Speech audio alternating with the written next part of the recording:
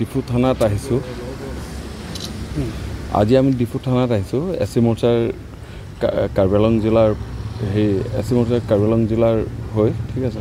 ইয়াতে আমি আপোনাৰ ৰাহুল গান্ধীৰ এগেইনষ্টত কেছ দিবলৈ আহিছোঁ। কাৰণ কি ৰাহুল গান্ধী যেনেকৈ বাহিৰত গৈ আমাক কি অপমান কৰি থাকে, SC, OBC আৰু ST কৈ আছে যে কি সিহঁতৰ কি যেতিয়া কি চৰকাৰ আহিব তেতিয়া আমাৰ কি ইয়াতে আহি সিহঁতে বোলে কি আমাৰ SC, OBC আৰু STৰ কোঠা উঠাই দিব বুলি এইবোৰ কৈ আমাক অপমান কৰিলে। আৰু আমি ধিক্কাৰ জনাওঁ ৰাহুল গান্ধীক।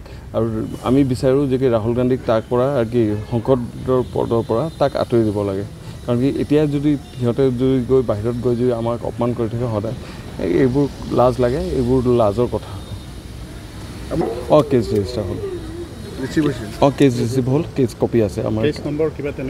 কিবা দিয়া নাই আমাক, জাষ্ট হেৰি কৰি আমাক দিলে। আপোনালোকক আমি কাগজকেইটা দি আছোঁ। এইটো বাহিৰত কৈছে সিহঁতে। কি বুলি মন্তব্য কৰিছে?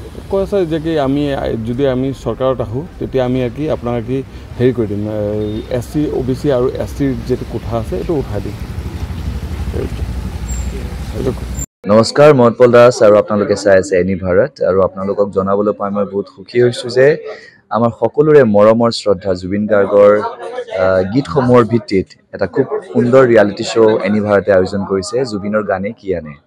এই প্ৰথম ছিজনটোত অডিশ্যনছ আৰম্ভ হ'ব আগষ্টৰ পৰা অসমৰ বিভিন্ন জিলাত। গতিকে মই সমূহ কলা কুশলী, বিশেষকৈ যিসকল প্ৰতিভাশীল গায়ক গায়িকা আছে আমাৰ সমাজত, তেওঁলোকলৈ মই এটা আহ্বান জনাইছোঁ, তেওঁলোকে প্ৰস্তুত হওক এই ৰিয়েলিটি শ্ব'ৰ বাবে। আৰু তাৰিখটো হৈছে 15 আগষ্ট 2024 চন। এনি ভাৰতৰ অডিশ্যন জুবিনৰ গানে কি আনে।